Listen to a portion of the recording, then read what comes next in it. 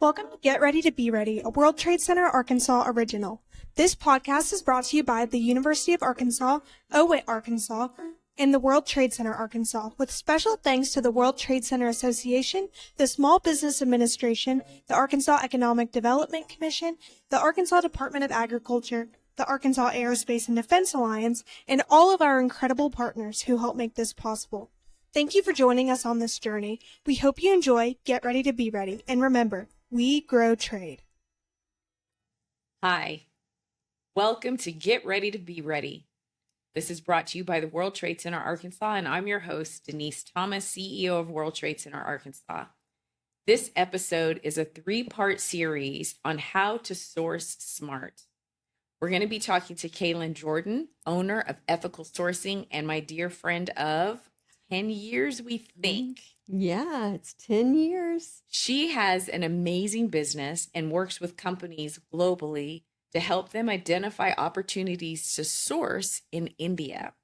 So she's going to share some of her secrets with us and give us some insight into how that will work for your company and how you can scale more effectively to be more strategic, to improve profitability, and also make it a little easier for your manufacturing practices. So we're going to start off by allowing Kaylynn to introduce herself a little bit and tell us a bit about herself and her company. Well, thank you for having me. I am so excited. The World Trade Center has been a special place in my heart. The World Trade Center Arkansas.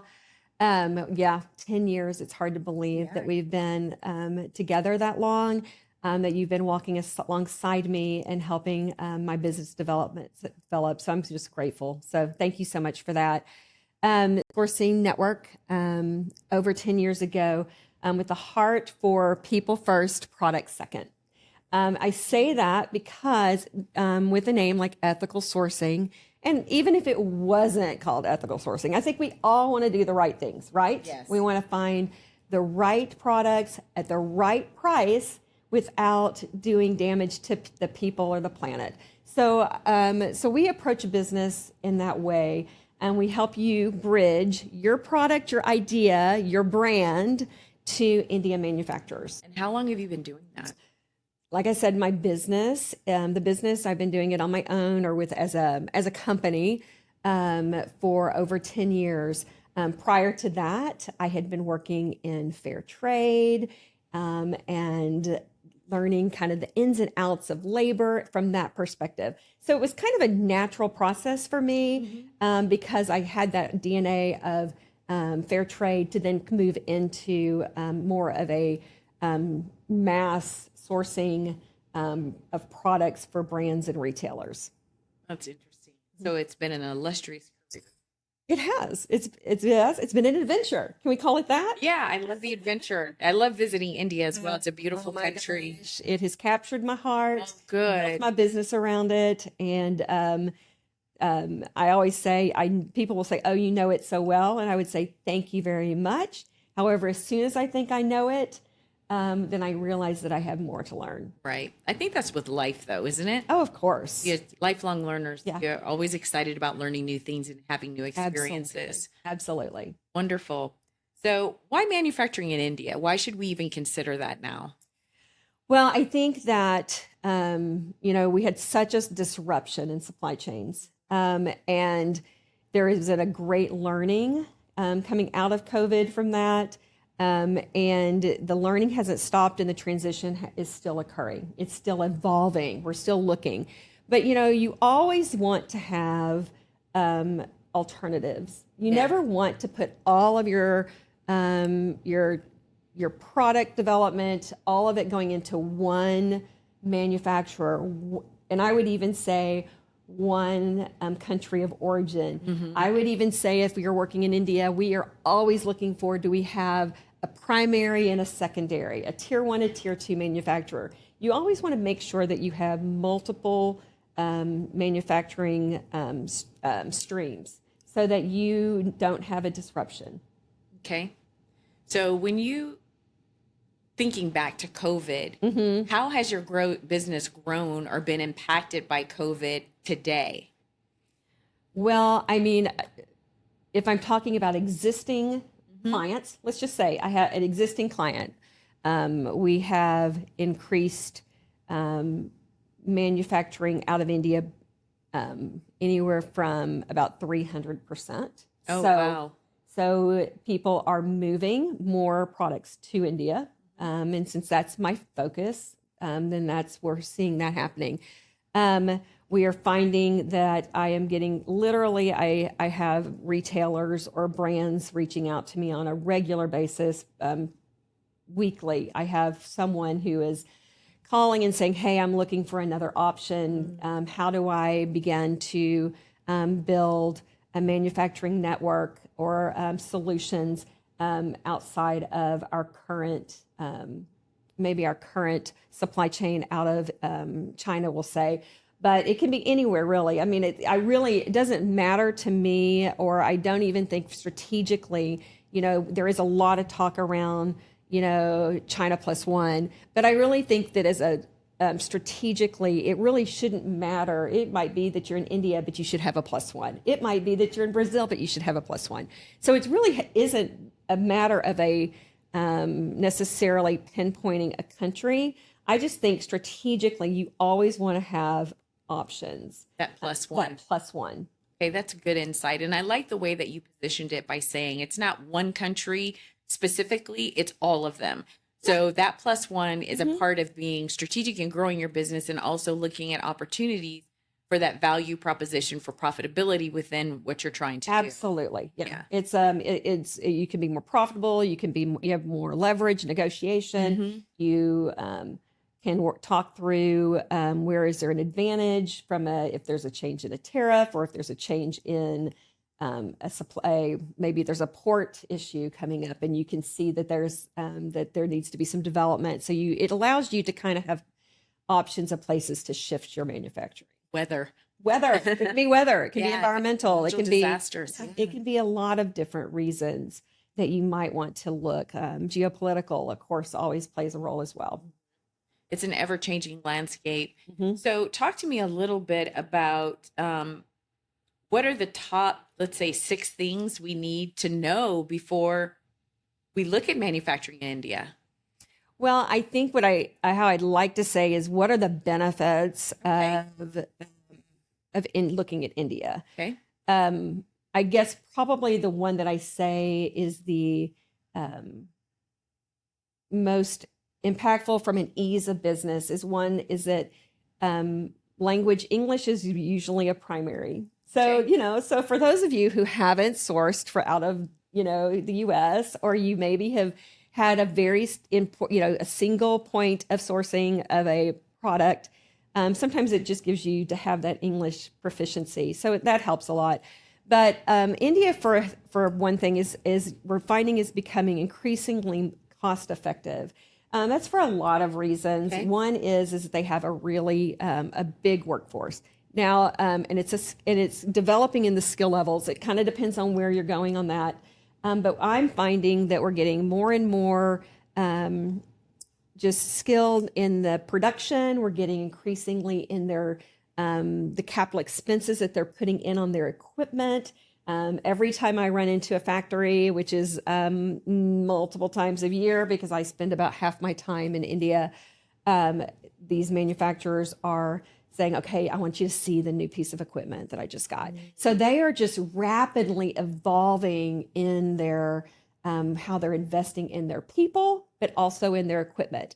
The other thing that I would say is the diversity of products that you can get from India. So, we know, many people will know, oh, yeah, I can get textiles there, or I can get a stainless steel bowl, for instance, there.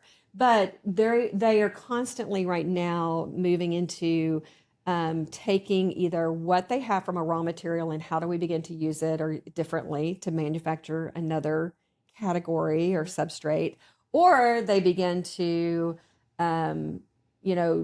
just develop out the raw materials. And that's another thing that I'm finding is really increasing is their capabilities. Okay.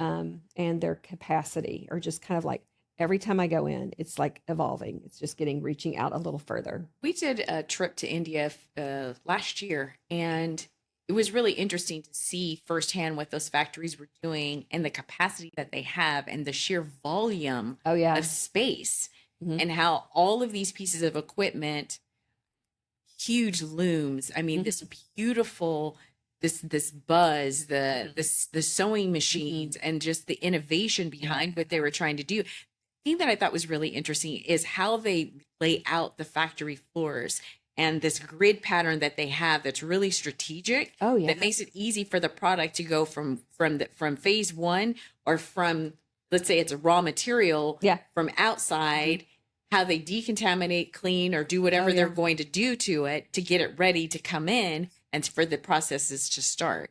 And then the quality control that they have along Oh yeah. that. Oh yeah. That is another thing that we're seeing, is that whole quality assurance, is that as they are growing, they're not just, I mean, you will see them adding into the same existing footprint, but they are expanding out their footprint. And as they're doing, I was in a printing facility this time, and were pushing out the whole back, and literally, like you said, they're going from entry point of raw material coming in, lining it up all the way so they get that efficiencies. It helps with not only their quality assurance program and how they are managing quality from beginning to end. It also is making it more cost effective because it's efficient. They're not having to move things from one part of the facility to another part of the facility. So as they are adding new equipment, as they are investing, you're finding that they are very intentional, and like you said, of how they're laying it out. My thing that I love about India, and if you ever are with me and we're talking about India, is that you're going to see that I just believe that you can ask and we can say, can you have this, do this product? Even though it's apples for apples, you're always going to notice that the India product is going to have a little bit of a depth to it, a texture to it, something that I believe is a value add. I think that it's really important to know that when a product comes out of India, that it's if there is a widget and we got to do this, and it's going to be this, and it's going to have to work, and it has to do all that. Of course, that is a non-negotiable, right? Right. However, there's always, you can, if you're looking for something that has a little bit of texture or culture, India is the place that you go, because when you get that hand of someone making it, it just adds another element of value to that product. You like what you do. I like it. We've been talking about it for years, but I do. I get really passionate about it. I love what I do. That's wonderful. Is there any other insight you'd like to share? I think that if I was going to say on those, again, just to kind of wrap up what the reason you would want to is that they're eager, that there's a real willingness for you to be there, to be working, to grow. Because when there's going to be problems, there's going to be a challenge, there's going to be opportunities. Yep. So within that, it's much easier to resolve them if you're working from the perspective of, I want this to work and I want to continue to work with this person. You can come to a mutual agreement or understanding a lot quicker versus if you don't. One of the things that I also remembered about visiting the factories in India when I went was how clean they were. That was really an eye opener, because I've been on factory floors in multiple countries. Mm-hmm. And one of them you would have thought would have been clean, like really clean. Yeah. And it was just okay. It wasn't bad, but it could have been a bit better. Mm-hmm. The factories I went to, now it could have been because they knew we were coming, but I mean, they were amazingly, they were immaculate. Yeah. And I said, because of the sheer scale of the factories, there's no way that could have been done just because we were coming, right? Because of the size. Yeah. I mean, I remember like early 10 years ago. And, as the world has been coming into India and their manufacturers evolving, there's more and more pressure on these manufacturers to every retailer, every brand has their own compliance need, right? Mm-hmm. I mean, so, there's an audit for every single group. And so some of these manufacturers literally will have a different audit team in every day now. However, that was not the way it was when I first started going. When I first started going, it was like, okay, we need to make sure we need our audit done, and we would get it scheduled, and I'd say, when was it done? And one would say, oh, I had it done I had it done last week. And I was like, so I came in and literally some of the paint was still, wet on their on the floor, and you're like, okay, they're planning for me. They know I'm coming, so they want to make sure they have it marked. I'm not seeing that now. What I'm seeing now is exactly what you're saying, of very organized, that it's not something it's not a snapshot in time like an audit used to be. Now it's like an ongoing process it's just a continuous flow of, how do I improve? How are we safe? How are we protecting our workers? How are we setting it up efficiently so that it's a more profitable manufacturing facility? So I think you're seeing that happening across the board. I also it'd be fascinating to note industries, it looks different, and the peak seasons, it looks different. True. So when someone is peaked out at, trying to get Christmas out in May and June, so it's all out the door before July and into our stores, then of course then it can be a little more chaotic, but it's still orderly, it's still clean. Oh, that's nice. It's still good. They take care of it. That's what I saw. So I thought that was that was a pleasant surprise for me, because it wasn't something that I expected. Yeah, it wasn't. Yeah. And you don't think about it, but when I noticed that, the first thing I thought of is started running through my mind all the other factories I'd been to. Been into. And I was like, wait a minute, this place, you could leave the floors in here. Yeah. This is great. Yeah. So I love that. Okay. So tell me a little bit about some of the roadblocks or challenges you've seen. I'm going to take it at a very high level to start with. Okay. So, and let's talk about financing, because that is truly can be a roadblock in two different perspectives. So I'm going to talk about first from the India manufacturer side of things. Okay. We know that manufacturing costs money, and that, and so sometimes access to money can be a little bit of a roadblock. For instance, if we look at manufacturing in China, which we know is subsidized, in India, it's privatized. So for instance, if you have your manufacturer and you're saying, I want you to manufacture XYZ, and my retailer that I'm sourcing for, or the retailer that is sourcing, has a 120-day payment terms.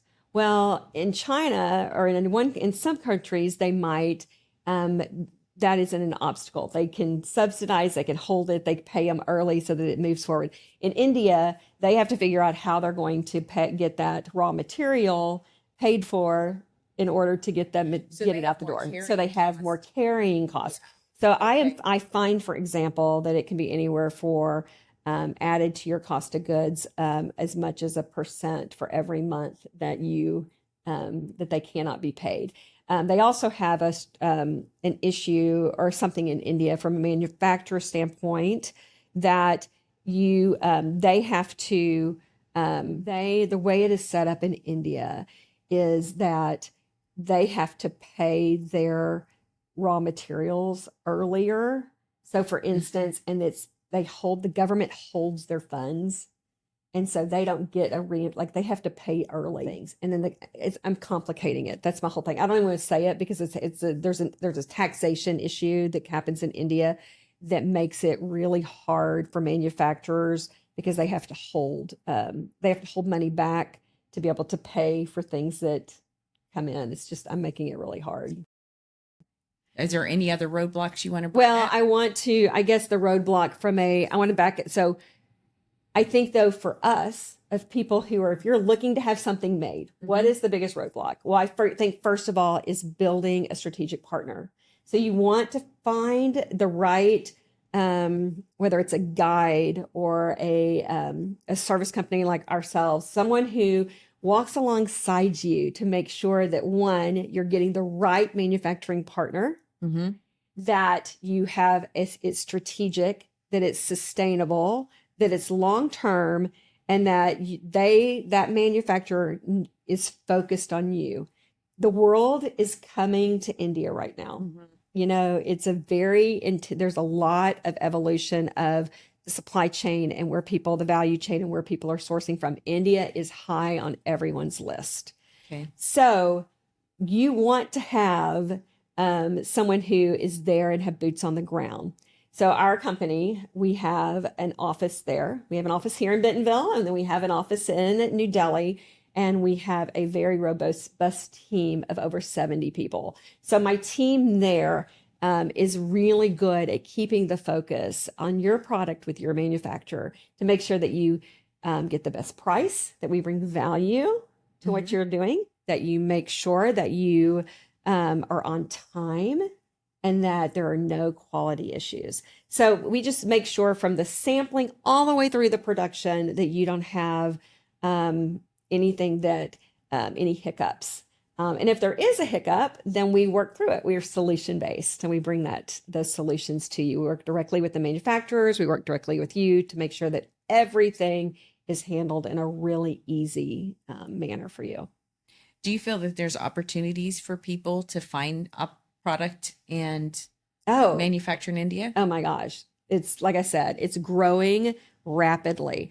So, I think the hardest thing I have found for most people is to narrow down what it is they want to have made. It's like, saying, and I don't know, maybe it's because, there's two different approaches. You have that entrepreneur has a new product idea and they want to expand it out. And so maybe there's like 3 or 4 products that they want to do. They're building out something new, right? Mm-hmm.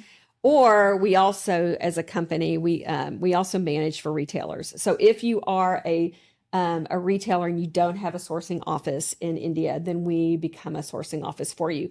And when that's the case, it's pretty exciting for us because when we go really broad, so we'll do anything from, I think right now I'm working on diabetic socks to Christmas decorations. I mean, we're talking about a wide range of products. To cotton swabs. I mean, it goes across the board of what it is that we can get out of India, so that that retailer has that +1.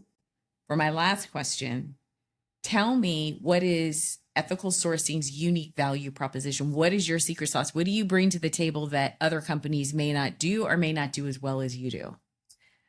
I think that what you're going to find is that because the leadership, our U.S. leadership, myself and John, we come from a retail background.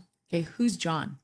Well, John is my business partner. He's also my husband, and he has about 40 years of retail and supply chain experience. So he brings a very unique operational side and perspective to things.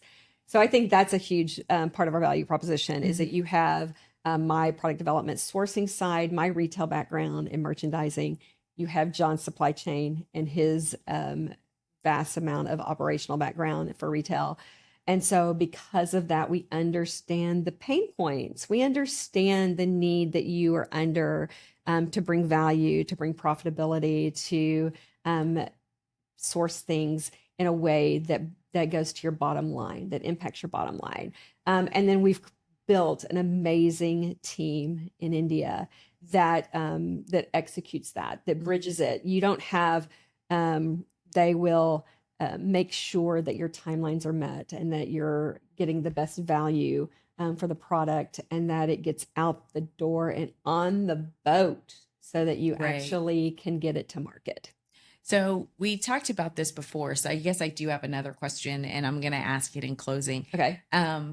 We talk about a couple of things with Organization of Women in International Trade, and you have chaired the OWIT board. You've been a part of OWIT since we first started, and then sunsetted, and then you were part of the revamping and us coming back.